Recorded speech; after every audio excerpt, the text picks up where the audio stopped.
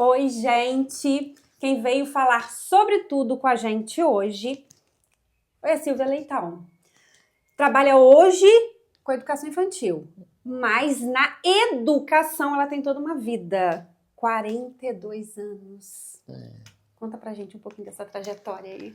Então, eu desde muito nova, né, que eu já pensava, assim, eu já queria ser professora, desde muito nova.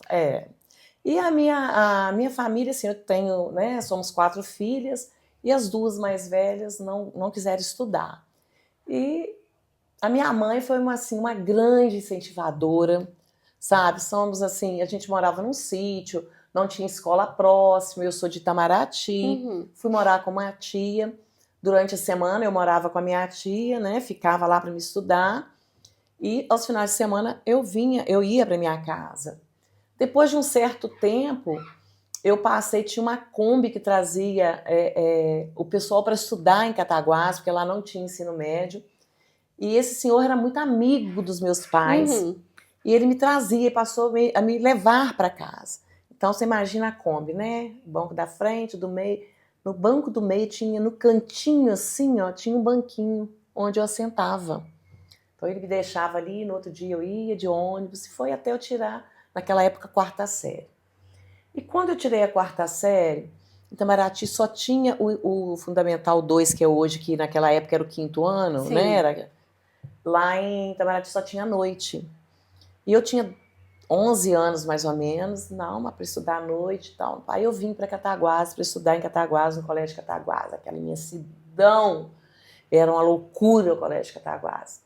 E aí foi minha trajetória. Comecei, que era, né, o Manuel Inácio Peixoto, ali eu fiz o magistério e comecei a fazer a faculdade. Mais jovem, doido para ter um dinheirinho, né? Um financeiro. Nem era para sair. Independência. A gente morava num sítio que ficava assim a 5 quilômetros de Itamaraty e deve ter uns 7 quilômetros de Cataguás, então era no meio. Eu fiquei doida para trabalhar. E o Galba é conterrâneo, né? E era muito amigo do meu pai. Aí um dia ele chegou lá e tal, conversa vai, vem com meu pai e tal. Aí perguntou pro meu marido: André, e a sua filha já formou e tal? Eu falei: já, tá doida para trabalhar. Quem sabe lá na prefeitura, se ela quiser e tal. Era na época o prefeito era o Milton Cavalheiro Peixoto, saudoso, seu Milton Peixoto, né? E conversou com o seu Milton, e eu vim trabalhar em Cataguás dentro da Secretaria de Educação. A Secretaria de Educação era no Paço Municipal, onde é hoje, né, toda a administração ali. E ali eu fiquei durante 2 anos e 11 meses dentro da Secretaria de Educação, com grandes mestres que eu tive naquela época também, que incentivaram a dar continuidade nessa trajetória. Nós visitávamos as escolas rurais, as escolas do município, e eu fui apanhando gosto, e eu comecei a fazer aí, faculdade. Administração. Eu ficava dentro da Secretaria de Educação, na parte administrativa. Tinha contato, naquela época não eram tantas escolas, né? O município não tinha tantas escolas, mas tinha muitas escolas nos distritos. Eu ia junto com as supervisoras, né? Na época nem era supervisora, eram coordenadoras, e ia com elas nas visitas. A merenda, quando ia distribuir, nós íamos junto. E eu fui apanhando gosto e comecei a fazer a faculdade. Mas era muito cansativo. Comecei a fazer pedagogia, que era FAFIC na época, né? E como eu saía de casa, eu pegava o ônibus 15 para 6 da manhã, passava o dia todo aqui em Cataguases e retornava chegava em casa por volta de 11 horas da noite, 11h15. A estrada era de chão, ainda não tinha asfalto. O dia que chovia era aquela loucura. Eu desisti. Ficou aquilo ali parado e tal.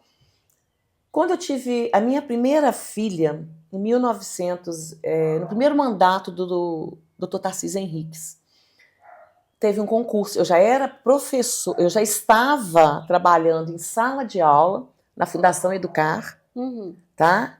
Que era, né, um braço do Mobral, e era só educação infantil. E era a Fundação Educar que gerenciava. E eu comecei como professora na Escola Turminha da Mônica, lá no Pouso Alegre, que era uma casa. A Vilma Leia, que é uma grande companheira, né, amiga e tudo, trabalhava de manhã e eu à tarde. Eu já estava grávida da minha primeira filha. E o tempo foi, aquele ano passou, o doutor Tarcísio ganhou as eleições e teve um concurso. Então, para legalizar a nossa situação, eu teria que fazer o concurso. Então, foi o primeiro concurso da rede municipal de Cataguases. Aí eu fiz esse concurso, me desliguei, naquela época eu tinha IPSENG, eu não era seletista, eu era estatutária. Eu fui desligada do regime estatutário e admitida como professora na CLT. E aí foi, né? As coisas foram acontecendo. E logo nesse ano mesmo, eu fui trabalhar na Escola Antônio Amaro também. Era a Escola Antônio Amaro, SENEC, que só era a partir de 6 horas da tarde, 5h30, me parece que começava o turno deles. E durante o dia o espaço era cedido para o município com a educação infantil. E eu trabalhei por um bom tempo. Professora? Professora, regente na sala de aula, sempre com menino pequeno, nunca com educação infantil. O ensino fundamental nunca me atraía, tá? Eu ia te perguntar isso agora, se você, no começo, a educação infantil foi te apresentada e você foi gostando, ou se não, já era um amor. Um amor por criança que eu sempre tive, gosto. Eu vou chegar lá no fundamental daqui a pouco. Então, aí, Flavinha, eu continuei ali na Antônio Amaro por um tempo, mas eu morava na Granjaria. E daí um tempo eu engravidei do meu segundo filho e nós compramos uma casa no Bandeirantes. Eram pouquíssimas casas que tinha no bairro Bandeirantes. Eu ia todos os dias, já tinham pavimentado a Morada da Serra. Eu passava por ali com mais uma colega, trabalhávamos no Antônio Amaro. E no bairro Eidê tinha uma escola que chamava Pequeno Polegar, isso mesmo. Era uma escola que funcionava numa casa, era só educação infantil, tá? Funcionava numa casa, na Abílio César Novaes. Precárias condições. Tínhamos já uma clientela grande, mas ainda era precária, as condições bem precárias, tá?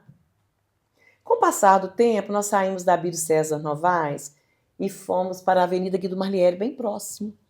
A casa também horrível, não tinha assim, um espaço para as crianças brincar, mas nós fazíamos, desde ali, ainda era a Fundação Educar, tá? Ainda mantinha, né, a prefeitura esse convênio com a Fundação Educar. A gente tinha assim, materiais riquíssimos, não tinha espaço, mas nós fazíamos a educação acontecer. E eu lembro com muita saudade desta época, porque ali eu fui vendo a minha parte também, porque nós não tínhamos gestores, nós não tínhamos diretores, tinha as pessoas, as supervisoras, que ficavam na Secretaria de Educação nos visitar. Eu fui desenvolvendo a minha parte também administrativa e apanhando o gosto, porque eu sempre fui muito assim, despachada, muito interessada. Conseguia resolver as coisas. E foi. Dali nós passamos para Ali eu ganhei um cargo de coordenação. Eu não dava aula, coordenava. Assim, um dia eu trabalhava em contraturnos, meus filhos já estudavam, né, na escola comigo lá, na mesma escola, e eu coordenava a educação infantil.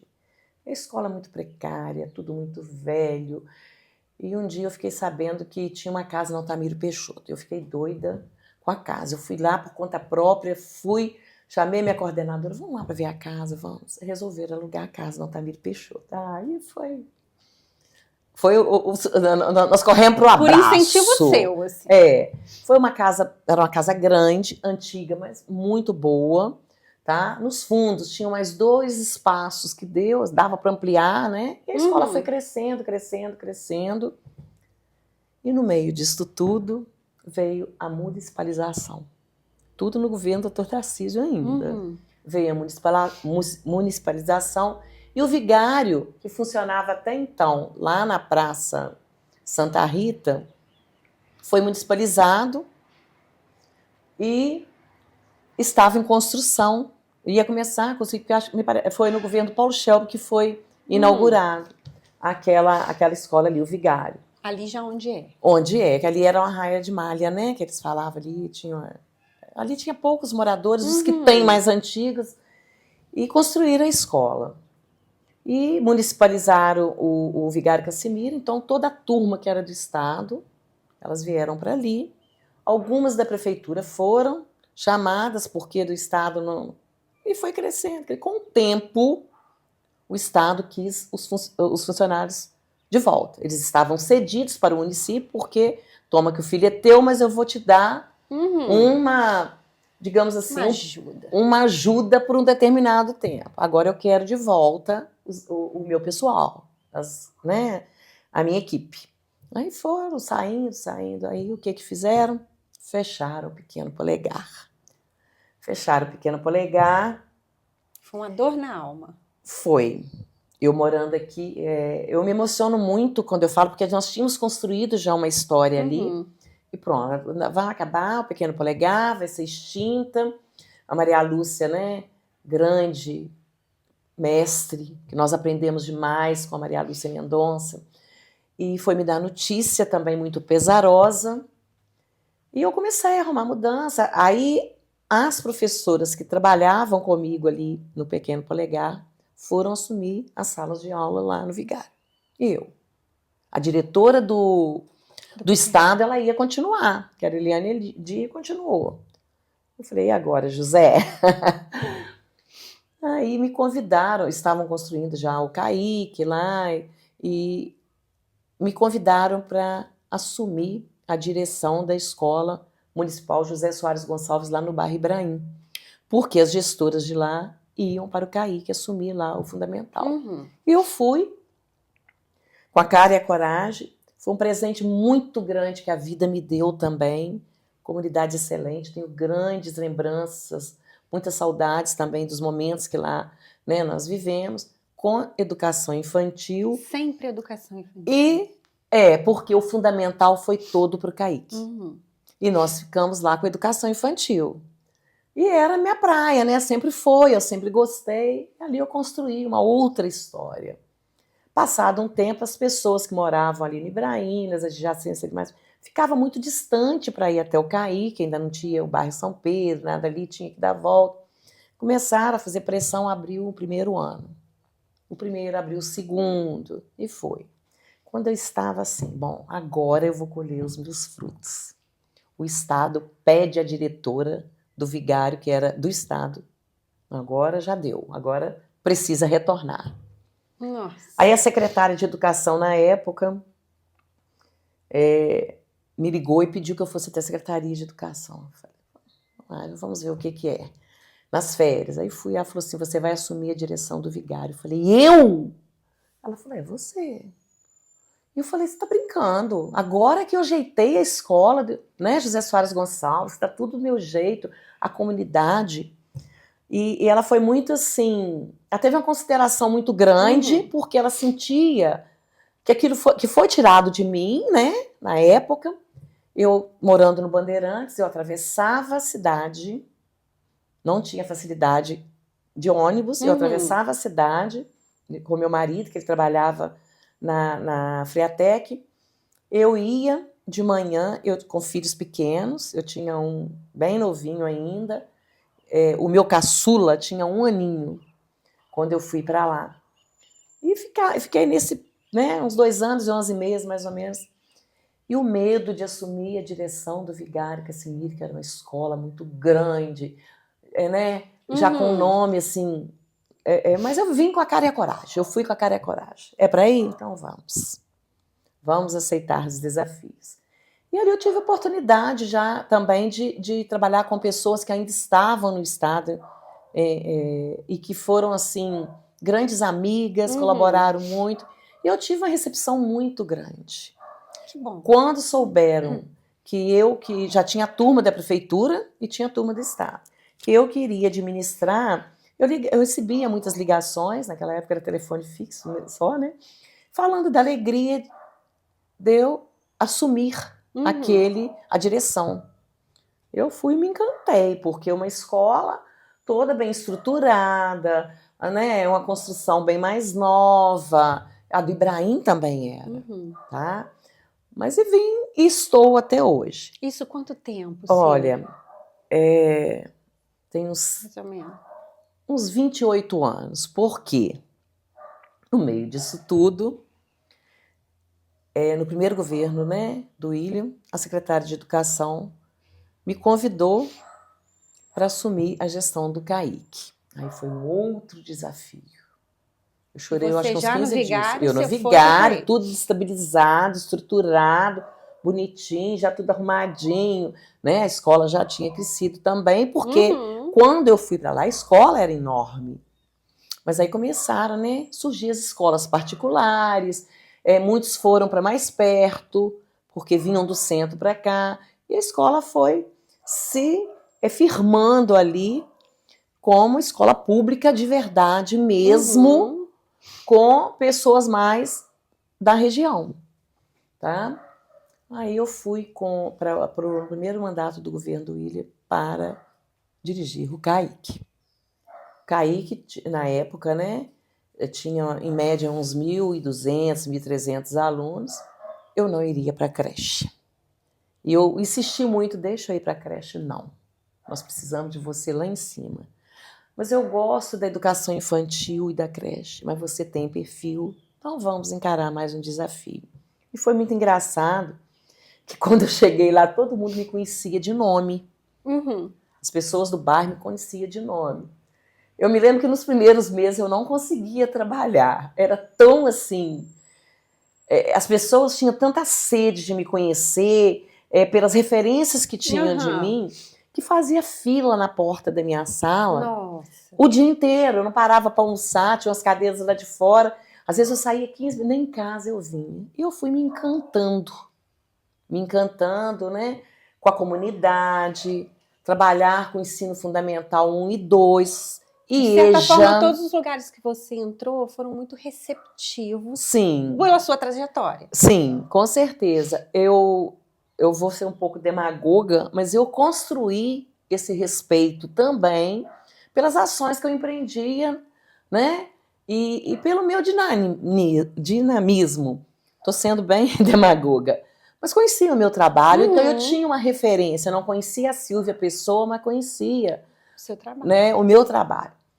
E foi assim, durante um mês, isso aí e tal. Peguei a escola com um número bem grande de alunos, acho que mais de 1.300 alunos, uma equipe fantástica, que eu cresci muito ali, muito, aprendi muito. Então ali eu trabalhei do 1º ao 9º ano, e com EJA, 1º e 2º segmento também.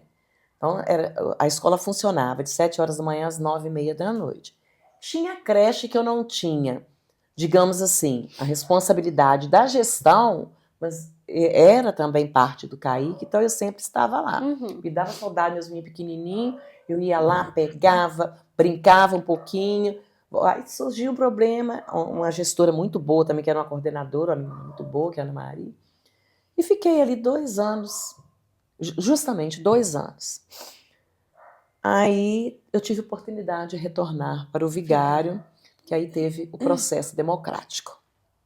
Eu fiz, tá, a certificação, passei na certificação, e teve o processo democrático mesmo da eleição, e eu não tive concorrente, e vim assumir a escola. E cá estou novamente no vigário, já desde 2011, construindo uma história com uma equipe maravilhosa.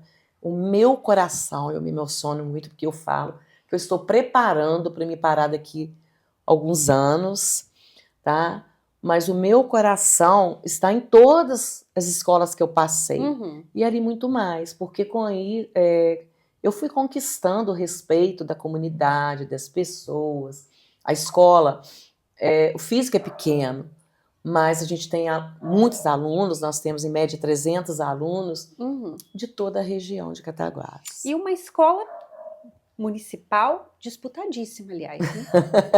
Eu sou suspeita de falar, né? Disputadíssima. Nós temos filas assim quilométricas na época de matrículas, né? E eles me falam assim, o ano passado aconteceu um fato muito engraçado, porque eu falo para eles assim, tem que dormir na fila, ô dona? Eu falo, não, o senhor fez o cadastro, o senhor chega aqui, é por ordem de chegada. E eu tinha ido numa reunião na Secretaria de Educação, e quando eu cheguei na escola, 11 horas, eu falei, não vou almoçar em casa, não. Eu passei na rua, almocei 11h30, tinha um senhor lá. Eu já estou aqui guardando lugar para fazer matrícula do meu neto. Eu falei, como assim? Matrícula começa amanhã só às 7 horas. O senhor pode ir embora. Não precisa, tem vaga para todo mundo. Nós vamos conseguir atender todos. Não, mas eu vou. Eu falei, vou ficar. Eu falei, olha, o senhor e quem sabe, mas eu não vejo essa necessidade, porque nós vamos atender. Olha aqui, olha, quantos cadastros nós tivemos, quantas vagas nós temos. Passou, eu achei que o senhor tinha ido embora. Aí eu vou almoçar, quando eu retorno 1 hora... Tá ele lá. Uma auxiliar, não, escuta, tinha um moço, um rapazinho novo e tudo. Depois eu vim saber quem que era, meu ex-aluno. Aí ela falou, tá esperando aqui na fila para fazer matrícula logo. Eu falei, mas logo eu não vou fazer matrícula não, ué. Ela falou, não, mas ele vai ficar até certa hora e depois o tio dele vem. Eu falei, tio dele? Aí eu fui conversar com ele, descobri quem que é. Eu falei, mas ele já esteve aqui hoje por volta de 11h30. Eu falei com ele que não precisa, mas ele quer que... E ele ficou. Dava para atender todo mundo, nós tínhamos vaga para todo mundo. Só que a gente não pode garantir o horário, porque o turno que a criança irá estudar é de acordo com a disponibilidade, com a ordem de chegada mesmo, pois ele foi o primeiro a fazer a matrícula.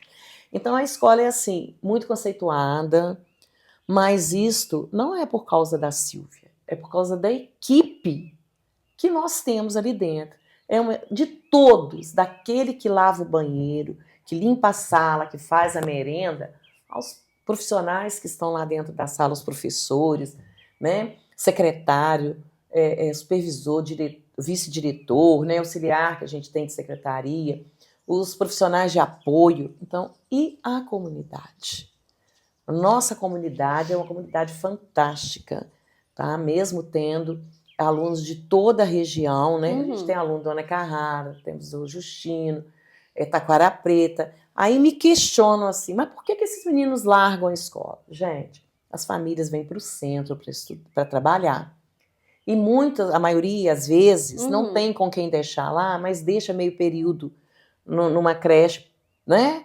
Ou com alguém mais próximo, para na hora que sai do trabalho, para levar. E aí nós vamos lutando para quem sabe, antes de eu me aposentar, definitivamente, eu já sou aposentada há 13 anos, e quem sabe quando eu me aposentar definitivamente, eu ainda tenho a felicidade, antes disso aí, de estar num prédio maior, porque a escola é pequena, a escola cresceu, nós não temos espaços, por exemplo, a gente não tem uma sala, procura maior do uma que demanda muito grande, são 7 salas de aula, então são 14 turmas, 7 em cada sala, a gente tem um limite por turma, né? As salas são pequenas, mas nós não temos um espaço muito grande para recreação, nós não temos uma sala de professores para reunião, nós temos um acervo literário muito grande, mas nós não temos espaço para biblioteca, nós não temos espaço para poder guardar os materiais. A sala que hoje nós fazemos, digamos assim, de um almoxerifado, era a sala que seria da direção. Então, eu fui para frente, onde seria a secretária ficou num espaço bem menor, porque lá dentro nós precisávamos guardar utensílios, né?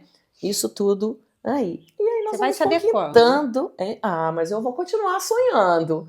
Eu acredito que, no momento certo, eu sonho com uma creche aqui, ali no bairro. O meu sonho é ver uma creche instalada ali, porque nós não temos creche pública próxima ali. Não, tem no centro, né, que é filantrópica, lá perto da rodoviária, e tem na Turminha da Mônica, que está mais próximo, Cantinho Feliz, mas para o entorno ali, das pessoas que moram ali, nós não temos. Eu ainda sonho em ver uma creche ali. É o meu sonho. Eu sou muito otimista. Eu acredito que no momento certo isso vai acontecer. E se não for a creche, se não for possível, porque isso demanda um espaço, né? Também para poder construir essa creche, que seja uma escola que consiga ampliar a escola. Ali também não tem como ampliar, nós não temos espaço. Também para mais mas quem sabe um outro local, né, para uma construção maior. nós vamos sonhando e acreditando que vai acontecer. Merece, o vigário merece. As pessoas que trabalham lá. Obrigada. Merece.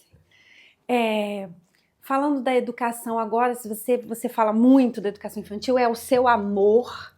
É a minha paixão. E eu não sei se a gente pode chamar que é didático isso, tá? O que você pensa sobre ensinar brincando? Esse é um assunto muito importante. Porque tem pais que falam assim, eu não mando meu filho pra escola pra brincar, eu mando pra estudar. Justamente. Não é? O brincar é essencial na primeira infância. É através dos brinquedos que a criança desenvolve outros aspectos, psicomotricidade, coordenação motora grossa, a coordenação motora fina, que é o desenhar, o colorir, o escrever, será consequência desse brincar bem trabalhado. Se ele não for bem desenvolvido, aqui também a escrita será mais difícil. Por quê? Os nossas crianças de hoje, eu falo nossas porque eu tenho todos como... Eu falo que os que já passaram, cresceram, são filhos, esses são netos. Eu tenho netos nessa idade. E os nossos... Essa geração é a geração das tecnologias, né? Sim. São os escravos. A tecnologia, ela tá aí brigando, tomando espaço dessa brincadeira tradicional. Eu falo, sabe, muito sobre isso. Os meus filhos cresceram brincando na rua. A minha rua era uma rua tranquila. Eu moro na primeira rua do Bandeirantes. Era uma rua muito tranquila. Sempre sob o olhar de um adulto. Os meus dois mais velhos, a diferença de um para o outro é de 1 ano e 2 meses só. Então, ali eles corriam, jogavam bola, a rua ficava cheia de criança. Sempre tinha 2, 3 adultos coordenando, porque onde tem criança tem que ter um adulto por perto. Certeza. Isso será eternamente, né? Eles corriam, eles aprenderam a andar de bicicleta, mas ali não tinha movimento de carro como tem hoje, tá? Chutava bola. E os adultos, os pais brincavam também. As meninas montavam, eu lembro assim, vinha, faziam as casinhas nas beiradas das casas, nas calçadas. Umas não tinham nem passeio, calçada, nem nada. Podia contar as casas que tinham na minha rua. E o bairro cresceu. Cresceu, a sociedade mudou, né? Hoje, os meus netos são prisioneiros da liberdade. Eles, nossas casas hoje, nós ficamos prisioneiros, né? Da violência, dos perigos mesmo, tá? Não podem andar de bicicleta na rua, não podem brincar, tem grade, eles brincam com os outros, às vezes, as nossas crianças de hoje, através das grades. Nós íamos para praça, nós não tínhamos pracinha, hoje tem pracinha. Sim. Mas nós nos reuníamos, ali a gente fazia piquenique com eles. Eles tinham uma coordenação motora, uma vivência, uma infância maravilhosa. Verdade. Nós crescemos assim, né? Nós crescemos assim. Ainda mais, imagina eu morando na roça. Na roça mesmo, tinham batido. Corria para lá e para cá. Lá. Então, os meus netos, quando eu falo dos meus netos, essa geração aí que nós temos hoje, nossos filhos, brincaram.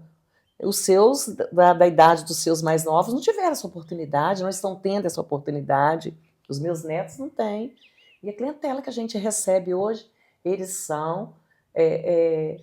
dependentes das tecnologias, do desenho no YouTube, do TikTok, e eles não sabem brincar.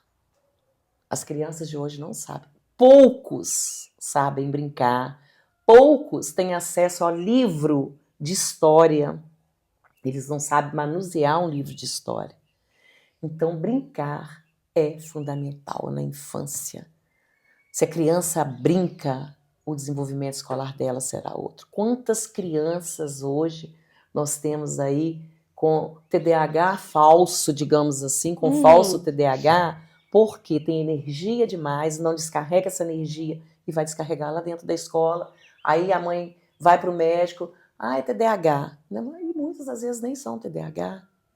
Eles têm energia demais. É essa energia que está ali presa, limitada, pois então, numa vida tecnológica. Quando eu fiz pedagogia, eu tive uma grande mestre, que é a psicóloga Cecília Junqueira, que dava aula pra gente de psicologia. Eu não esqueço dessa fala da Cecília com a gente. Olha, criança está... Na época era... Hoje é... Como é que chama? PlayStation, era videogame. Criança brincou no videogame, ela recebe uma carga de estímulo muito grande. Saiu dali, põe para correr, põe para andar de bicicleta, põe para nadar, põe para chutar uma bola, para descarregar esse estresse, para aliviar essa carga de estresse que tem, de informação, porque fica ali brigando com a televisão, porque era na televisão também, né? Ou brigando com os joguinhos. Aí, na época, ela até citou um exemplo que no Japão, muitos, né, lá, tinham crise convulsivas jogando os videogames, porque era tanta informação, ficava tão ali preso, que o índice de crise epilética em jovens, adolescentes e crianças era muito grande. Olha só. Então eu tenho isso comigo, são coisas que a gente guarda, né? E eu sempre falo com os pais, põe essa criança para brincar, mas não tem, coitados, na maioria das vezes, tempo para levar numa pracinha. Hoje a vida é muito corrida, né? Pai, mãe trabalhando. Justamente. E nós precisamos, né, trabalhar para poder dar o melhor para os filhos. Com então certeza. nós acabamos sendo escravizados. E as crianças também. E hoje a tecnologia, ela está em todos os lares, seja através da televisão, do celular, de um PlayStation, que hoje é PlayStation, já não é o videogame mais que eles falam, né? E aí vem o YouTube, quando ainda é assim, determinado, porque tem famílias que conseguem fazer isso, eu determinar conheço o muitas. tempo de tela. Isto é muito bom.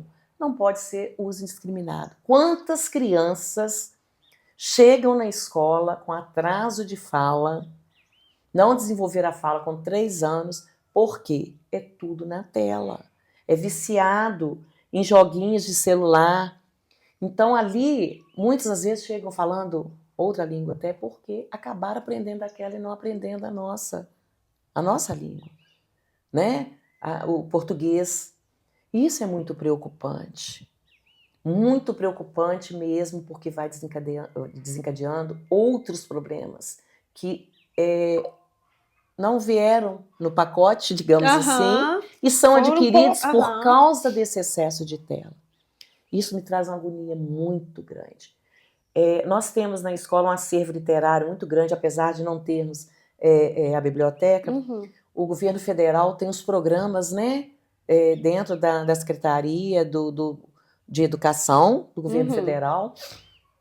Então a escola, hoje, ela é muito bem equipada, principalmente com acervos literários. Nós temos muitos. Nós não temos espaço suficiente para ficar, para a criança chegar. Então a gente leva, faz uma malinha viajante que vai para a sala, vem para casa. Mas não é o ideal. O ideal é que a gente tivesse este espaço. Mas a gente vê que tem menino que não sabe manusear um livro. Ele rasga o livro. Então, a professora tem que ensinar, cuidar desse livro, por causa, né? Que é importante aqui ter uma história. E as histórias, nós trabalhamos muito lá no Vigário com projetos. Nós trabalhamos com projetos. E um dos nossos projetos que nós todo ano realizamos é trabalhar os clássicos na educação infantil. Muito menino não conhece os clássicos, né, da literatura infantil.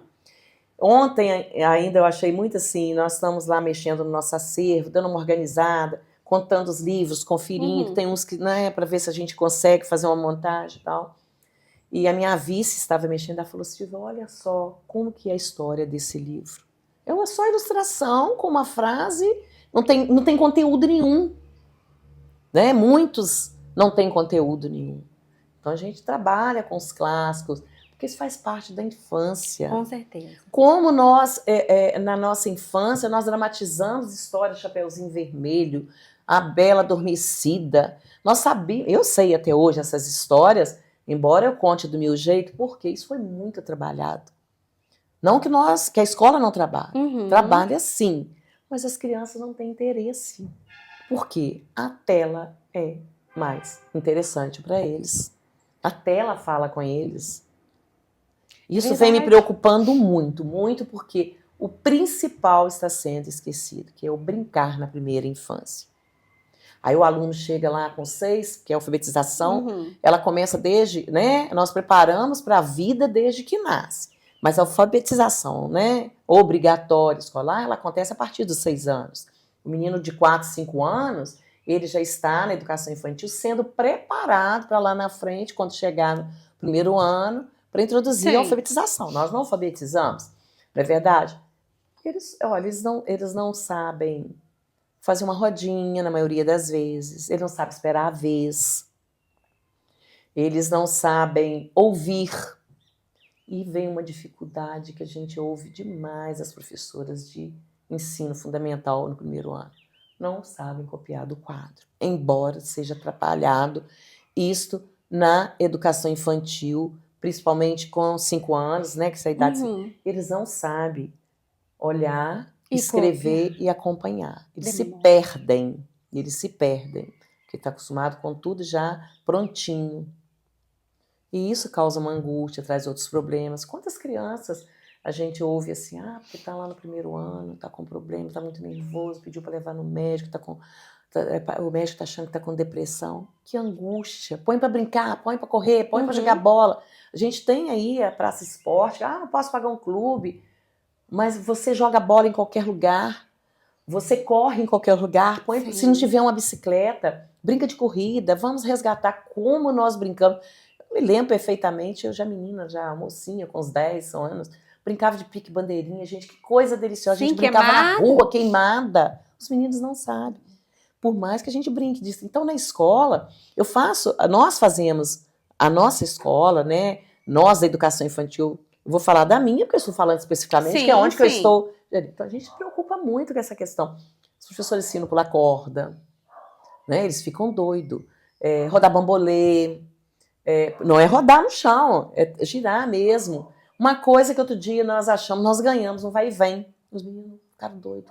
Aí eu comecei, eu e uma auxiliar na hora do recreio, gente, foi uma loucura, eles adoraram. Aí fizemos uma fila. Tia, vamos? Aí no outro dia, tia, vamos brincar daquele brinquedo que puxa assim? Eu falei, aquilo chama vai e vem. Sabia que a gente pode fazer com a garrafa? Aí as professoras fazem, na Semana da Criança, aquilo tudo, né? Pular de um pé só, equilíbrio, a maioria não tem. Então, a gente tem que pôr para a criança para brincar. É fundamental brincar. Verdade. Brincar é fundamental. Vamos esquecer um pouco das telas, tecnologias. Isso eles vão ter oportunidade lá na frente. Porque quando chega lá na época de pressão vestibular, já estão tudo cansado. E o que precisava de ter aprendido para poder tirar esses estresses, não aprenderam. Eu prezo muito isso, apesar dos meus filhos serem bem tecnológicos. Mas aqui em casa a gente tem, eles não têm, se a gente falar assim, olha, o Ricardinho, por exemplo, tem um jogo de futebol, ele não vai dar preferência para tela, ele vai querer brincar, ou ele vai ir para o campinho. Aqui no bairro a gente ainda tem essa vantagem. Porque vocês incentivam, né? Isso, por causa disso, mas ele ainda é a criança, o adolescente que a gente fala e às vezes não presta atenção no que a gente fala, porque já sai. Ele não escuta o que é pra fazer. Justamente. Ele sai, já tá sempre com a tela na mão, né? Aí o que foi mesmo? Eu sei que eu tenho um adolescente também, um neto com 13 anos, né? Faz 13 anos agora em agosto. É desse jeito. Já sai achando que o negócio já absorveu. Chega lá, mas o que era mesmo? Justamente. Olha só, e a gente vê também essa questão aí, quando eu digo assim, que nós somos hoje... prisioneiros de nós mesmos, né? As crianças, principalmente. Eu não tenho coragem de deixar um neto meu brincar na rua como os meus filhos. Na minha época, não é que não tinha supervisão, não, do adulto, não, sempre teve. Mas eu trabalhava já o dia inteiro, eu tinha que preparar o jantar, já pensando no almoço do dia seguinte, para quando chegar. Então era um olho no fogão e o outro lá fora. Hoje eu não tenho coragem, definitivamente, com nenhum deles, da geração do meu neto mais velho, né? A que eu já peguei como família, né? Eu não tenho coragem de fazer isso. É a violência, é tudo que você pode, né? São drogas. Então, você tem que estar sempre vigiando e orientando. Porque a oferta lá fora, ela é muito grande e, de forma errada, acaba comprando muitos e desviando, né, o caminho. E o esporte é a única coisa que vai tirar essas crianças disso também. A gente tem escolinha de futebol gratuito, mas eu entendo também o lado das famílias. Por quê? Trabalho o dia inteiro, chega em casa, todas as tarefas, não, é totalmente a criança, então a forma de conseguir manter aquela criança quietinha ali lá. é na tela, não é? Não tem tempo de sair para levar a criança para jogar uma bola. Às vezes, quantos pais e as crianças acabam também sendo os pequenos empresários. Nós somos empreendedores dos nossos netos, dos nossos filhos. Por quê? Faz futebol, faz isso, faz aquilo, mas não pode sozinho. E quando a família não tem condição de fazer isso, vai ser a tela mesmo, infelizmente. Vai ser esse excesso. Mas isso também, esse avanço da tecnologia, eu percebo nesse período pós-pandemia. Aumentou. Muito, muito mais. Porque nós ficamos dentro de casa praticamente 1 ano e meio, quase 2 anos, e no primeiro ano, eu acho assim, eu não sei em termos de estatística, mas foi assim, um crescimento absurdo. Por quê? Não podia sair. Era a opção que eles tinham. Não podia visitar ninguém. Você não podia receber uma visita. Então foram as telas e dominou. De forma, desacelerada mesmo. Porque hoje todo mundo tem um celular, dá para o seu filho de presente um celular. As crianças, já sabem, os menores já sabem, às vezes lidam melhor com o celular do que a gente. Com certeza. Eu costumo brincar que o neném tá lá na barriga, já põe a mãozinha do lado de fora e vai me dar o celular. Desse jeito. Eu costumo brincar isso, já nasceu pedindo celular, hein, gente? E infelizmente, é uma assim, metáfora que a gente faz, mas que é bem da nossa realidade. Silvia, a situação de quem, de todo mundo já às vezes é mais difícil. Vamos pular um pouquinho para uma questão até mais intensa. Eu entrevistei uma mestra, mas no caso dela, ela trabalha com autismo, especificamente. Aliás, ela é mãe de gêmeos autistas de nível de suporte 3. E ela falou uma frase que me impactou muito, que hoje em dia muitas escolas acham que a inclusão é a matrícula. Aqui aceita a matrícula desse aluno, pronto, ele está incluído. E a matrícula não é inclusão, é direito. Ela me falou todos, isso. Né? E essa frase me impactou muito. E é verdade. Às vezes, muitas escolas acreditam que só a matrícula... Bom, eu incluí o seu filho. Ele está matriculado, eu aceitei a matrícula dele, na condição dele, então ele está... O que você acha disso tudo? É uma angústia muito grande, né? Quando você recebe um pedido de vaga e a pessoa vira e fala assim, olha, não precisa de querer esconder, porque para mim, gente, eu não faço escolhas. Eu digo que Deus confia para cada um de nós os filhos que nós sabemos que nós daremos conta, tá? Então essa questão de especial, nós todos somos especiais, nós todos somos diferentes, né? Somos filhos de pais diferentes, cor de cutis diferente, cabelo, altura, tudo, estatura, tudo. Nós somos todos diferentes, ninguém é igual. Por que especial? Eu também me sinto uma pessoa especial, não é verdade? Uhum. E às vezes a gente vê quando uma mãe vai de uma criança com TEA procurar uma vaga, e nós temos uma anamnese, que nós fazemos uma ficha, né? Que a gente pergunta ali se faz uso controlado de alguma medicação, por quê? Também a questão de se faz alguma terapia, para ver se por ali a mãe já começa a soltar alguma coisa. Outros já chegam, ainda vivem um luto, porque é viver um luto que você recebeu um laudo deste numa sociedade medíocre discriminadora, né? Não fala, nós vivemos num mundo que deveria ser inclusivo, sim, mas ainda não é. Não era uma coisa que nem devia ser cobrada. Já deveria ser natural. É direito. A educação é direito de todos. Não precisa chegar na escola e falar assim, eu vim matricular e tal, é uma vaga. Ah, mas eu não tenho a vaga. Mas meu filho é autista. Não, mas eu não tenho, não é porque seu filho é autista, é porque nós, no momento, não temos. Nós temos uma lista de espera, nós trabalhamos no Vigário com uma demanda muito grande de espera. Sim. Às vezes conseguimos atender, mas nem sempre conseguimos. Por exemplo, as turmas de 2 anos e 3 anos são os que a gente mais tem lista de espera. Os outros menos, e na medida do possível, a gente vai atendendo com uma rotatividade. Saiu um aqui que pediu transferência, tem um aqui aguardando. Olha, nós temos uma vaga disponível, Dentro você da quer? lista de espera. Seguindo a ordem que está, a gente não... outro dia uma pessoa, numa conversa com uma pessoa, eu fiquei muito chateada que é uma pessoa que me conhece assim de um tempo, mas eu não tenho uma intimidade com essa pessoa, só para ilustrar isso aí. Eu estava aguardando para fazer um exame num determinado local, ela começou a conversar, tal, minha menina está com tantos anos e tal, o ano que vem eu quero matricular no Vigário e tal. Você dá um jeitinho para mim? Eu falei, não. Vou te falar que nem para sobrinhos, para parentes meus, eu não faço isso. Sabe por quê? Os direitos são iguais. Então tem que ser, porque quando chegar lá na faculdade, ele vai concorrer com todo mundo. Não tem jeitinho nenhum que vai resolver, porque lá é por nota, é por conhecimento. Então não adianta. Eu não faço com o outro aquilo que eu não gostaria que fizesse comigo. Porque se fizer, eu vou lutar pelos meus direitos. Não faço mesmo. A minha equipe é coesa nisso que está aí.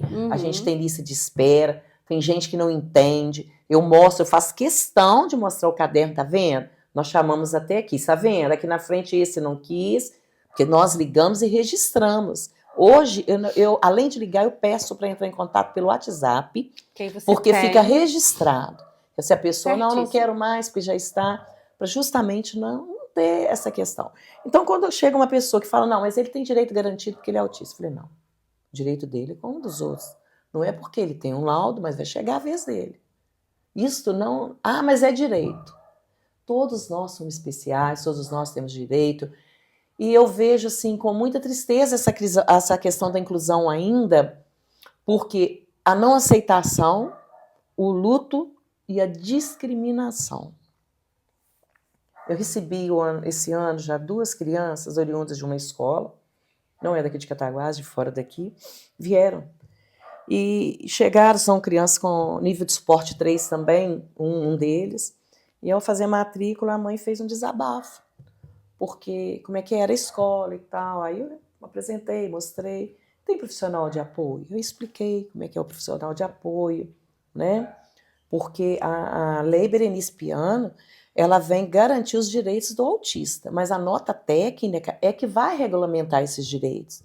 Em momento algum, a nota técnica fala que tem que ser professor, são profissionais. Então, de acordo com cada criança, a coordenação, né, do Núcleo de Apoio e Inclusão, que é o NAI, ela vai saber o profissional que vai mandar, e nós, profissionais que estamos na escola, também. Você tenta fazer isso aí, eu não sei, porque eu sei, assim, por exemplo, a escola que a minha irmã hoje trabalha, hoje ela está secretária de educação, mas a minha irmã trabalha, aula mesmo, professora, e já trabalhou junto com a coordenação muitos anos. E eles dão, a escola dá um curso de mediação. Ou pelo menos a diretora e os profissionais que tem lá. Tá. Eles entram com mediação? Tem, porque não é obrigatório. A gente sabe que não é obrigatório. Deixa eu te falar, não é obrigatório. Mas o profissional, hoje nós temos auxiliares de apoio. O que são os auxiliares de apoio? São profissionais que têm... tem que ser profissional. Profissional de apoio é auxiliar, digamos, contratado como auxiliar de serviço escolar. Eu vou entrar um pouquinho, vou pedir licença à minha amiga Cíntia, que é a coordenadora do NAI, que é especialista para falar nisso, né? Não. O profissional de apoio, ele pode ser um auxiliar, ele é contratado como serviço escolar, mas ele tem que ter pelo menos ensino médio.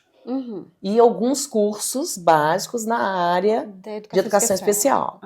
Já o professor de apoio é o profissional que tem, se ele não tem o curso em educação especial, a faculdade de educação especial, ele tem que ter pedagogia e um pós-graduação na parte de educação especial, né? Agora eu entendi. Tá? Na mediação, tem que ter, tá bom?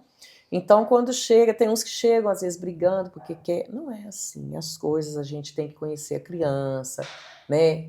O NAI, né, vai, faz uma avaliação junto com a gente para ver qual tipo de profissional. E essa mãe relatar dessa escola que ela veio, que a criança era excluída lá. Era uma escola, ela veio ela veio até de outro estado.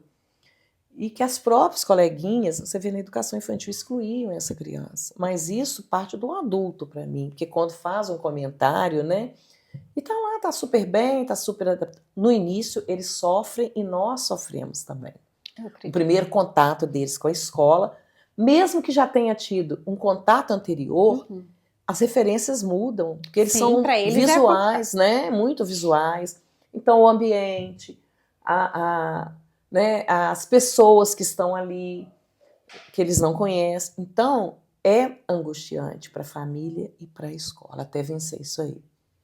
Eu me coloco no lugar dessas mães, meu assim, luto, recebo todo mundo, procuro receber, independente de laudo ou não, todos, né, iguais, de forma igual. Mas essas mães precisam de um colo. Essas mães precisam de um abraço. Eu me emociono muito porque a gente vê as angústias, o sofrimento, até passar a fase do luto, da aceitação, né? E tem uns que demoram a aceitar, né? Sim. É o fingir que nada está acontecendo. Justamente. Vamos seguir a vida, mas esquece que para a criança também é um sofrimento. Está estampado ali que é. Ainda mais vocês, eu acho que vocês já têm um olho clínico. Com certeza. Olha, é impressionante. Chega para fazer matrícula que a criança vai junto. Nessa primeira apresentação. Quando a gente já vê a criança. Eu recebi há um tempo atrás uma criança que veio de um outro bairro de Cataguases aí estudar no Vigário. Na matrícula, eu percebi que a criança era TEA. Eu percebi. E foi uma criança que trouxe assim, muitos problemas para ele. A sala já estava toda organizada, digamos assim, já tinha começado o ano, ele chegou, né, já depois de uns meses, e ele sofreu demais da conta. Não, aí eu perguntei para a pessoa que estava fazendo matrícula, auxiliar de secretaria, no caso. Essa criança tem laudo? Não. Aí ela virou para mim e falou assim, tia Silvia é TEA, não é? Eu falei, eu não posso afirmar, mas as características são. E chegou aquela criança, coitadinho, toda ali desregulado, e ele mesmo colocava em segurança a vida dele. Foi uma luta muito grande, e a gente conversava com a família, né? Eu tenho como rotina. Isso é uma coisa assim que eu aprendi ao longo da minha caminhada. Toda vez que você vai reunir com o pai, registrar uma ata, independente da situação que for. Sim. Porque as palavras voam. Hoje eu explico isso até, sabe? As palavras voam. Hoje eu estou, mas quem estiver comigo ali, no caso, a supervisora, que eu procuro sempre estar junto com a coordenação, né, pedagógica, ou secretário, quem estiver naquele momento. Nunca conversar sozinho. E é um respaldo tanto para a escola quanto para a família. Com certeza. Né? Isso aí a gente não pode... E nós chamávamos essa mãe e perguntávamos, como é que ele... Não, ele é ótimo. Ele já estudou em outra escola? Não, nunca estudou. Ah, então ele deve estar estranhando, né? Mas eu tive nessa época que nós tivemos essa criança, nessa sala tinha já criança com apoio, mas o apoio não podia ficar, porque eram outros também de nível de suporte 3, só que já bem controlado, que já estava conosco desde 3 anos. E esse chegou com 4 anos para completar 5. E a gente pedia para levar no médico, a gente pedia para procurar uma terapia, para ver opinião. Olha, foi muito triste. Essa criança, nós pelejamos assim uns 6 meses.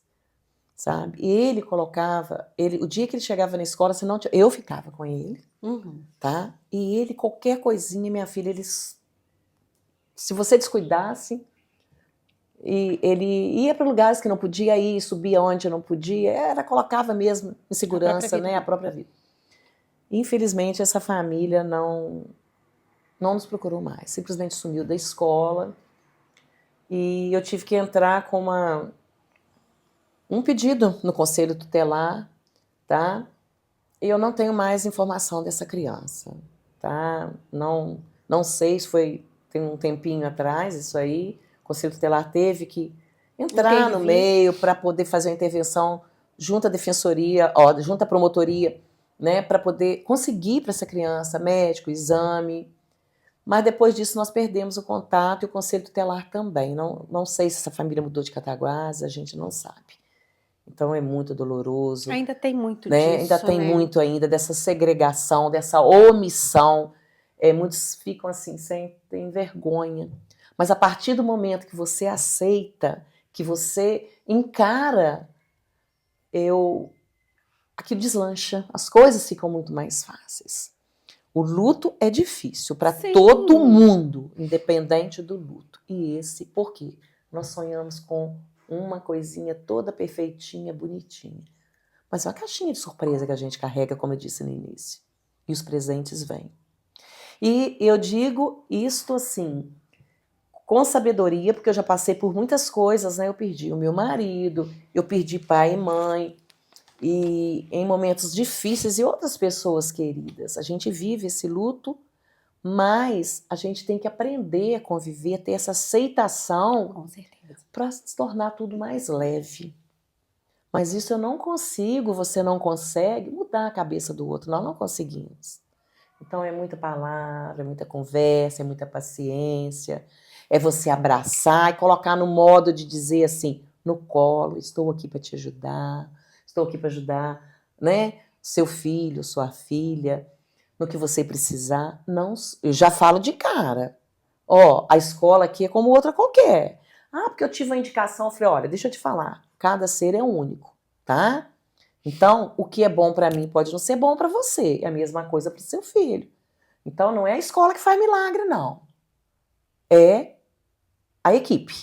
A equipe e, principalmente, a família. A família. A família tem que participar, tem, né, que buscar também ajuda, porque a escola sozinha ela não vai fazer nada. Não. Né? Mas tem uma frase, eu estou procurando aqui, que eu me esqueci dela, mas eu vou achar, quer ver? Que fala sobre a inclusão, que é... Deixa eu ir lá na educação especial. É tanta coisa. Não, fica à vontade. Está em casa. Aqui, achei. O mais importante é o acolhimento, né? Que eu falei da família, que já está fragilizada. E para que tudo aconteça, cabe ao gestor estabelecer estratégias que possibilitem o diálogo entre os diferentes atores que compõem o universo escolar. Nesse sentido, o exercício para a democratização da gestão é justamente o exercício da inclusão. Todos juntos aprendendo a valorizar as diferenças e fazendo a diferença. Eu me incluo nisso aqui, porque fazer a diferença na vida do outro é muito importante. Quantas pessoas nos tocam com um abraço, com uma palavra, com um sorriso? Não é verdade? Eu sou muito de falar. E eu tenho uma percepção muito grande quando, né, fulano, o que está acontecendo com você? Eu posso te ajudar com as minhas parceiras de trabalho. Umas eu sei que são mais da delas, eu só chego e falo assim, posso te dar um abraço hoje? Aí desmancha. É uma criança ou é uma mãe, que eu sinto que está mais assim, você percebe pelo olhar da pessoa quando você convive com essas pessoas sabe diariamente. Isso é característica, eu não estou falando só de uma educadora, de uma diretora. O ser humano. Líder. A diferença entre chefe e líder. O líder faz isso, ele consegue enxergar esses dias difíceis, porque tem um olhar mais humano. E eu sou muito coração, sabe? Pode parecer de novo demagogia, eu sou muito coração. Eu tenho, assim, alegria, prazer, eu me sinto realizada em ajudar o outro. Ah, tá grávida, Silvia, olha só, não tem nada. Ah, nós vamos arrumar, nós vamos. E você me conhece dali, daquele entorno. Gente, vamos lá, olha, fulano vai ganhar neném e tal, não tem um carrinho. De repente aparece o carrinho, aparece a roupa, aparece fralda. Gente, nós precisamos comprar um leite. E eu recebo muitas doações. Há poucos dias eu pedi para colocar nos grupos que tinha uma lata de um leite que um pai chegou para mim na entrada e falou assim, tia Silvia, eu nem sabia que eles tinham um bebê novinho. A criança toda de manhã, tia Silvia, eu tô com essa lata de leite lá, tô com a menininha de 15 dias, só abrimos a lata, ela não mamou. Quem sabe você consegue doar? Isso é bom demais. Aí eu coloquei nos grupos. No instantinho se arruma. Faz favor de colocar nos grupos das turmas de vocês, que nós não temos WhatsApp igual a escola particular, porque a gente... Mas nós temos nossos grupos de WhatsApp que funcionam muito bem, com as recados. Para aquela pessoa que é antenada, que sabe que é ali que vai a agenda, funciona super bem.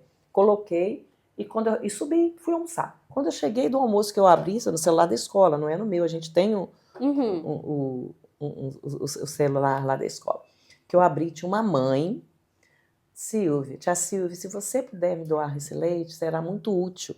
Que era estágio de neném novinho, mas o neném, ela teve umas complicações durante o parto, a criança também nasceu pré-diabética e tal, e a criança toma esse leite. Então, eu falei, que coisa boa, eu fiquei assim pensando, se eu não tivesse feito dessa forma, esse leite ia ficar esquecido aqui. Ele já me entregou, eu já fui, coloquei, na hora do almoço eu falei, pode mandar buscar. Aí entreguei para a professora, que o menininho estuda à tarde. Isso foi no estudo da tarde. Ó, isso aqui é para você colocar na mochila do fulano, a lata de leite que você colocou no grupo já foi doada para a mãe dele. E se não tiver também, se não aparecer, eu peço. A gente tem, quem tem padrinho, mal repagão. Para mim, graças a Deus, ainda não precisei pedir. Mas eu tive muita ajuda, né, para estudar, apoio de outras pessoas. E, assim, eu não vou entrar no mérito porque não é o nosso assunto. Eu perdi meu marido na pandemia e meu marido tinha um câncer de pulmão, conviveu 4 anos. E eu tive muita ajuda da equipe médica, das pessoas, né, que trataram, que cuidaram dele. Então, isso é muito bom. É uma palavra, eu me lembro que no dia que, se você me der licença, eu vou entrar um pouquinho nesse... Que o médico, né, nós estávamos lá em 2020, no auge da pandemia, dentro do Hospital Monte Sinai, porque já estava assim, meu marido foi um câncer de pulmão, mas ele nunca foi para uma UTI, ele nunca teve uma falta de ar. A doença foi complicando. E o médico dele, um anjo, na idade para ser meu filho, Dr. Rafael Mota, que eu tenho um apreço, um carinho e rezo para ele todas as noites, um jovem médico de uma sabedoria muito grande, oncológico, chegou e me chamou e falou, olha, falou, né, o nome do meu marido, não vamos continuar com os exames que ele veio para fazer. Eu falei, por quê, doutor? Tá tudo bem? Ele falou, infelizmente não. Aí falou, né, o nome do meu marido está cansado de lutar. Aí eu disse para ele assim, doutor, hoje é quinta-feira, então amanhã você vai dar alta? Ele falou, não. Eu falei, mas como assim? Ele falou assim, eu preciso que vocês fiquem aqui. Em casa será pior. Para mim, eu ia ficar naquele hospital isso foi numa quinta. No sábado, meu marido faleceu. Ele teve a primeira crise de falta de ar às 6 horas da manhã e 9 horas ele teve a última e fatal. E eu fui perceber que ele tinha morrido depois de uns 20 minutos, mais ou menos, que eu estava com intensivista no quarto, que eu estava, né, de plantão, e uma enfermeira, e foi fazer a nebulização. E eu segurei a nebulização. E eu não sei por que me veio uma música na cabeça, eu cantei aquela música, cantei. E quando eu abri os olhos, estava o médico de frente para mim, mas a enfermeira chorando. Aí o médico disse assim, eu preciso ir ali atender um paciente meu, que ele que estava no plantão aquele dia, de UTI. Mas eu já estou voltando. E passaram-se uns 20 minutos, ele saiu, daí a pouco a enfermeira, aí eu vi que meu marido estava muito pálido e de cabeça, pescoço tombado. Aí que eu percebi que meu marido tinha ido. E quando o oncologista dele chegou, ele veio me abraçar e falou assim, olha só, eu tenho uma coisa para falar para a senhora. Para a senhora não, me chama de você até. Silvia, eu tenho uma coisa para te falar. O Veraldo foi um grande guerreiro, mas porque ele teve uma família que abraçou desde o início, porque tem pessoas que escondem doença porque acham que é vergonha, e a gente não pode ter vergonha. Eu sempre falei muito, né? Para que eu vou esconder uma doença? Todos nós estamos sujeitos a passar por uma adversidade. Mas como você lida com a adversidade? Aqui eu volto para o caso do TEA, de uma criança, né, especial, quando eu citei esse exemplo. Quando você lida com a adversidade de uma forma menos pesada, mais suave, Meu marido morreu 50 dias após eu ter perdido minha mãe. Vi minha mãe pela última vez em abril de 2020, que ela teve uma fratura, e depois na urna, já com meu marido já bem debilitado. Minha mãe não morava aqui em Cataguases mais. Então, eu lidei com isso tudo, eu vou te ser sincera, hoje eu paro e fico assim, gente, será que foi eu mesmo? Como que eu consegui? Eu não desesperei em momento nenhum, eu fui esteio, junto com os meus filhos, com a família do meu marido, que não podia, eu me emociono muito, estar presente, porque já, né, tinha algumas comorbidades, uma diabética, outro tinha asma, e também tinha medo de levar o Covid para minha casa. Bem antes dele falecer, assim, uns 60 dias, o médico falou assim, deixa os irmãos conviver com ele, que eu sei que vocês são muito unidos, a sua família, isso vai fazer bem para ele. Eu falei, doutor, ele falou, não, na hora, fica de máscara, vocês estão usando máscara. Quando for pegar um utensílio, 60, não, agosto, setembro, justamente, próximo do Dia dos Pais. Então quer dizer que meus filhos, nós vamos poder fazer um almoço do Dia dos Pais, almoçarmos juntos? Claro, dona Silvia, deve. Se quiser convidar a família do Sr. Everaldo para estar com vocês, pode. Só ter os cuidados com a higiene, álcool, tudo. Eu não chorava, eu nunca chorei. Eu rezava muito, sabe? Muito, muito, muito. Pedia a Deus que me sustentasse. Eu entendo.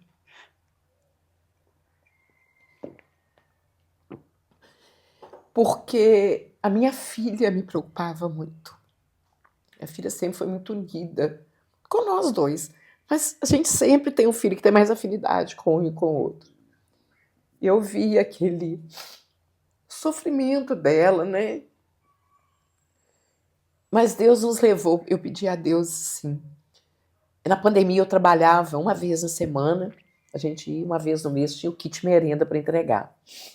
E num desses dias eu cheguei, meu marido já estava bem, né? Debilitado, que tinha tido AVC nesse dia. Naquela madrugada, mesmo assim, eu fui para a escola para entregar os kits, porque tinha em casa o meu filho, que estava todos trabalhando no home office e tudo. E as coisas foram fluindo. Após o falecimento da minha mãe, a minha irmã, que é uma grande guerreira, que é a caçula, ela veio e ficou comigo 40 dias. Eu não conseguia pegar o meu marido, porque ele era muito pesado. E eu tinha medo de deixar cair e machucar. E ela, como tinha lidado com a minha mãe lá e tudo, ela tem muito jeito para isso também. E veio, né, a internação, veio a morte. Eu lembro do velório, né? Assim, cada um que chegava, mesmo sendo pandemia, foi um velório de 2 horas, mas com muitas pessoas chegando e saindo, eu tinha uma história para contar.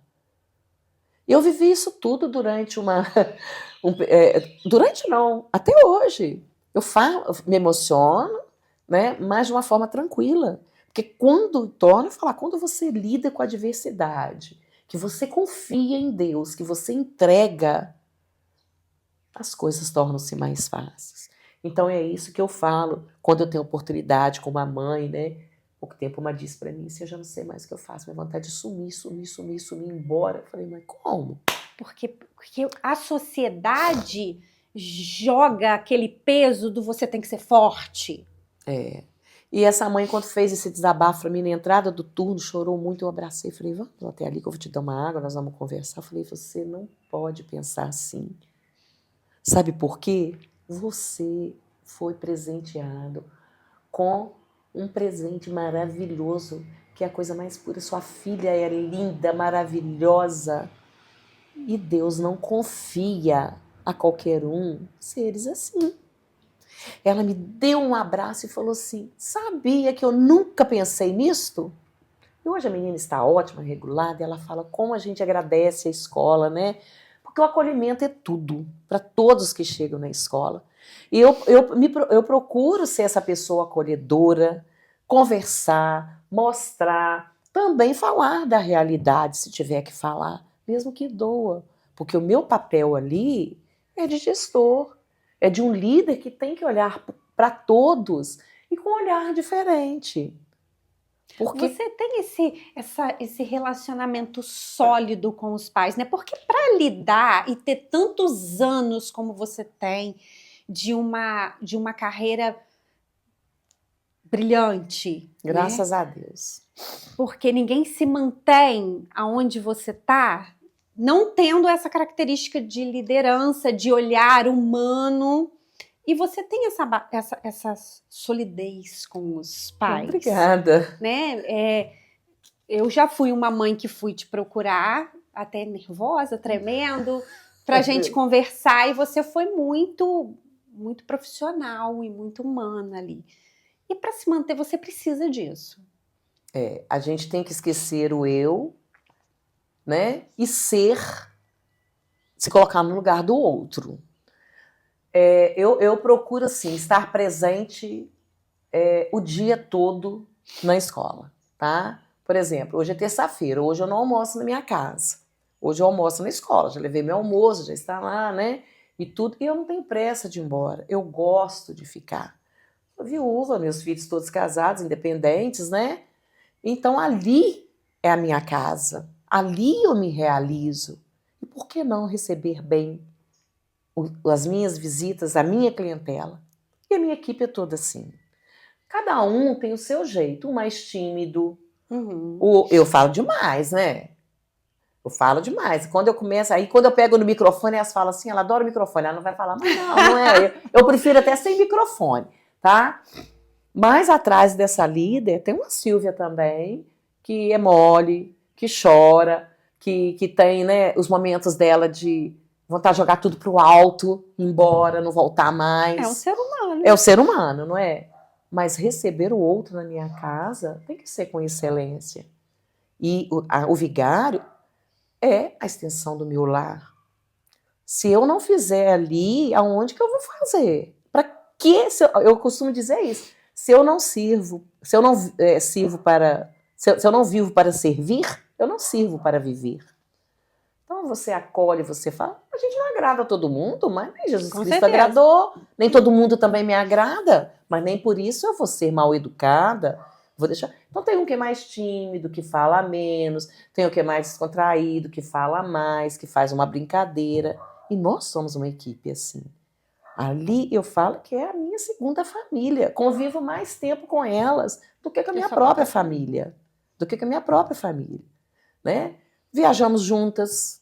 Tá? Outubro nós viajamos juntas naquele recesso. A gente já tem uma solidez. São os maridos, vamos para um lugar, vamos juntos. Vamos lá para o Remo pela primeira vez, depois de muitos anos. Eu retornei o Remo, agora foi ótimo, né? E foi tudo como uma família. Porque são pessoas boas. Agora não vem falar da minha família ali, não. Deus me livre. Aí eu viro uma galinha choca. Quando eu falo família, são de todos que estão no nosso entorno. São os profissionais, as pessoas que estão ali prestando serviço, os nossos alunos, as famílias. Porque quando uma família vai nos procurar, que é uma coisa particular, a gente vai no reservado, é o momento que você precisa de acolher ali, como gestor, como o diretor, como profissional que for. E todos, eu estando ou não na escola, acolhem bem. Então, confiança você conquista. Com certeza. Você não nasce com ela. Liderança, você pode até nascer com esse espírito de líder. Mas se você não tiver essa empatia também, você não vai conquistar muito. Não. Eu sei que eu não agrado muita gente. O meu jeito, eu sou franca, eu sou muito firme com as coisas. Eu procuro ser muito organizada. Mas atrás disso tudo, tem uma equipe junto comigo, desde, como eu já disse, que limpa banheiro, que vai, que faz a escrita, que é a secretária, que é a supervisora, que eu confio demais delas, vice, minhas professoras, tem autonomia. Não converso com uma mãe, eu posso, né, até conversar sozinha, mas se é um problema da sala de aula, agora você me dá licença que eu vou lá chamar, que ela tem o direito de ouvir, de se defender se for o caso, não é? E as nossas crianças, eu sinto uma alegria muito grande. Tem meninos que da hora de ir embora, não quer ir embora. Quer ficar conosco. Ah, vamos ficar mais um pouquinho, mamãe? Deixa eu brincar mais um pouquinho. Aí costuma assim, 6 horas da tarde, né? Vamos lá, vamos fechar a escola e tal. E aquilo ali é a minha vida, tá? E quando você me perguntou no início, Silvia Leitão, eu posso chamar de Silvia Leitão? Sim. mas eu deveria ter me dado um outro sobrenome. Porque a Taguás inteira me conhece por Silvia Leitão, mas por Silvia do Vigário. Exatamente! Silvia do Vigário. Já agregaram um outro sobrenome, né, ao meu nome. E eu fico muito feliz. Né? Fico muito feliz, eu entro e saio aonde eu quiser, aonde eu tiver que ir de cabeça erguida. E Isso foi uma construção ao longo dos sólida. anos. E a gente aprende, eu já fui muito diferente. E você vai aprendendo com vou usar uma palavra feia, com as suas topadas. Opa, não posso agir dessa forma. Poxa vida, eu agi de forma errada, não deveria ter sido assim. Você vai construindo e aprendendo um com o outro.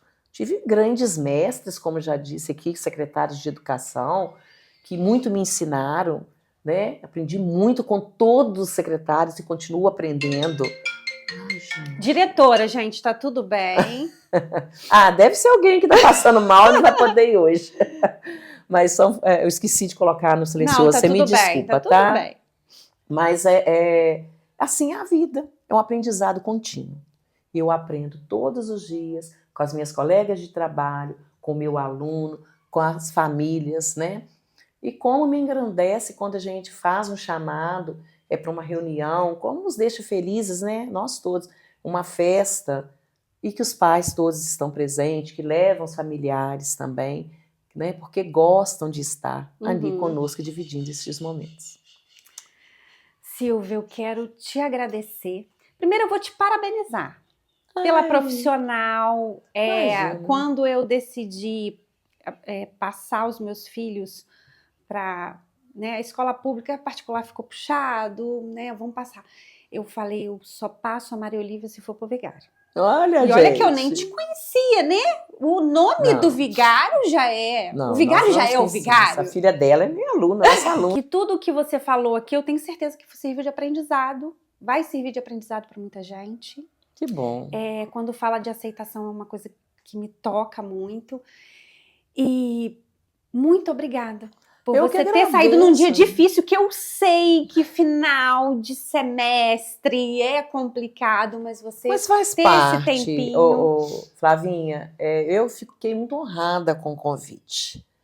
Fiquei bom. bem nervosa. Eu até te disse... gente? Eu adoro falar, gente! Falei pra Flavinha assim, Flavinha, acordei 2h30 da manhã. Mas eu falei, não, eu sou muito ansiosa, mas não consegui dormir mais. Mas, né, as coisas acontecem de uma forma tão espontânea. Mas eu fiquei muito honrada com o convite. Agora eu estava saindo, as meninas, onde você vai? Porque eu dou satisfação, tá, gente? Eu não saio sem falar, não. O telefone tá aqui do meu lado, se precisar, manda mensagem. Eu vou estar resolvendo o que eu puder. Nós estamos com uma obra lá na escola, né? Estamos forrando o refeitório, porque não pode ficar do jeito que está. Tá lá os profissionais trabalhando. Tá, sim. Menino, para lá e para cá, nós improvisamos a cozinha e tá dando tudo certo. Mas eu fiquei honrada demais com o convite. Quero agradecer você a confiança. Eu não sei se eu atendi as suas expectativas, além das expectativas. Mas aí eu saindo, eu falei, gente, eu vou dar entrevista agora, daqui a pouquinho vocês ligam a televisão, por favor, para me assistirem. Ainda fiz assim, sabe? Ela falou assim, nossa diretora, hoje tá impossível. Por isso você veio chique? Eu falei, vem chique não, gente. Não, você é chique todo dia, não é porque eu tô aqui pra você. Você tem imagina, a bondade de vocês, né? Eu quero agradecer você a confiança, a oportunidade, e que outros profissionais tenham essa oportunidade de estar aqui com você.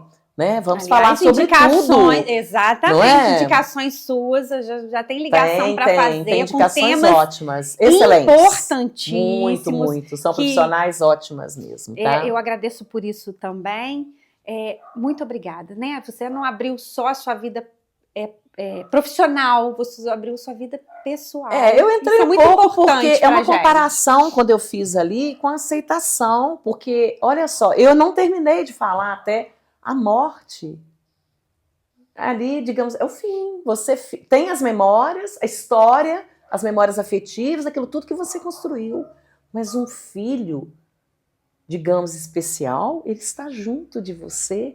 Ele foi te dado por Deus para você cuidar, né? Para você amar. Então, para você aceitar. Aceitar. Essa palavra, ela é muito forte, muito. Aceitar. A gente sabe que não é fácil. Eu, como, assim, diretamente eu não tenho, mas eu não sei o que o futuro me reserva, né? tem netos, vão ter mais filhos, espero, meus filhos, né? Os filhos dos netos, eu não acho que... Bom, se bem que hoje é tudo tão precoce, né? Eu vou um neto que vai fazer 13 anos, a gente já é bisavó, já bem mais nova do que era anteriormente, mas assim, eu tenho todos ali como parte da minha família, vocês pais, né? E esse acolhimento, principalmente nesse momento, ele é muito importante. Acolher. Então, eu quis fazer essa comparação dessa aceitação. Vamos olhar um pouquinho para dentro. Olha, gente, é diferente? Não, não é diferente. Especial, realmente, muito especial. Por isso que Deus me confiou. É essa que fica a minha mensagem, né? Para todas as pessoas que venham assistir, né, um pouquinho. Eu não falei de educação especial, de educação inclusiva, mas eu acredito que você já entrou em contato com a outra pessoa que é mestre em educação especial, né? E eu tenho aprendido muito com ela também, e com a minha equipe. E com os alunos, como estes alunos nos ensinam. Todos os alunos nos ensinam, nós aprendemos com eles. E estes ditos especiais por pessoas, né, que não entendem o que é a inclusão, né? Nós aprendemos muito mais. Então, meu abraço carinhoso, né, para as mães que estão passando por este momento de um luto, né, e que sintam-se abraçados por nós da educação, né, da Escola Vigário Cassimiro, né? Quando você disse de escolha, e também as escolas públicas, elas são muito boas. E eu falo, quando uma mãe fala assim comigo, que eu vou tirar, vou levar para a escola tal, que é particular, porque ganhou uma bolsa. Eu falo assim, ai, que pena. Educação municipal é tão boa. A gente tem que dar esse valor. Né? E a gente tem que valorizar o que a gente tem de bom. Não é só o vigário. Todas as escolas, a rede municipal, toda a escola pública, ela é boa. Sim, aí depois eu não sou de Cataguases, né? Então, assim, eu vim de indicações, né? Mas, assim, depois eu soube a turminha da Mônica, uma amiga minha, falou: nossa, excelente, todas. É uma casa. Entendeu? Não então, existe. Assim, olha, quem faz a escola é a família. Quem faz a escola são os familiares, o aluno, não é verdade? Quantas outras vezes a gente ouve, levei para a escola particular, eu estou trazendo porque... Eu não quero nem saber o que aconteceu. Cada escola, não estou desfazendo a escola particular não, tá, com gente? certeza. Por favor, tem todo respeito, tem netos de escola particular, mas dando todos já estudaram, valor né? Estudaram na escola pública antes, no caso, no vigário. Agora, depois de uma determinada idade, a gente fica assim meio preocupado e acaba direcionando talvez os pais mesmo para a escola, mas a escola pública, gente, é excelente, é de qualidade. Então, quando uma mãe chega e fala que ganha uma bolsa, que bom, mas eu fico tão triste de perder o meu aluno, de levar... Eu cresci né? em escola pública. Então, minha vida eu também sou cria de escola pública. De escola pública. A faculdade que eu tive que fazer particular, porque Cataguases não tinha essas... Hoje que tem mais AD, facilidade. né? Mais facilidade, mas eu fiz uma faculdade muito boa. Mas por quê? O aluno é que faz a escola. Pode estar na escola pública ou particular. E a família. Se não tiver esse engajamento de todos, nenhuma escola será boa. Não é? Verdade. Então, eu agradeço muito o seu convite mesmo. E que por mais momentos assim com outras pessoas, com outros profissionais da educação também. Tem muita gente boa aí que pode vir falar, né, sobre outros temas. Muito obrigada mesmo. Obrigada a você. Tá? Então, gente, hoje a gente vai ficar por aqui e vai voltar mais as indicações da Silvia, que são maravilhosas. Vocês vão gostar, tenho certeza. Assuntos ótimos, né? Isso aí. Bem polêmicos também. Beijinho, gente.